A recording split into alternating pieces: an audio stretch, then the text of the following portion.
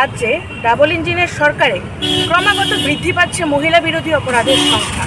সেই রকমই গতকাল আমরা রাজ্যের একটি জনপ্রিয় পত্রিকার মাধ্যমে জানতে পারি যে বটতলা এলাকা থেকে এক গৃহবধূকে, 28 বছর বয়সী এক গৃহবধূকে দুজন যুবক তাকে তুলে নিয়ে গিয়ে তার সঙ্গে গণধর্ষণ করে এবং একই সময় আমাদের বটদোয়ালি বাধারঘাট এলাকায় একটি নাবালিকা মেয়েকে, ক্লাস 9-এ পড়া নাবালিকা মেয়েকে এক যুবক তুলে নিয়ে যায় এবং তার সঙ্গে শ্লীলতাহানি করে, তার গায়ে সিগারেটের ছেঁকা দেয় এবং দুটি কেসেরই মহিলা থানায় মামলা হয়।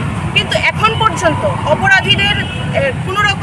অপরাধীদের বিরুদ্ধে কোনো রকম পদক্ষেপ গ্রহণ করেনি পশ্চিম মহিলা থানার পুলিশ এবং রাজ্যের পুলিশ প্রশাসন।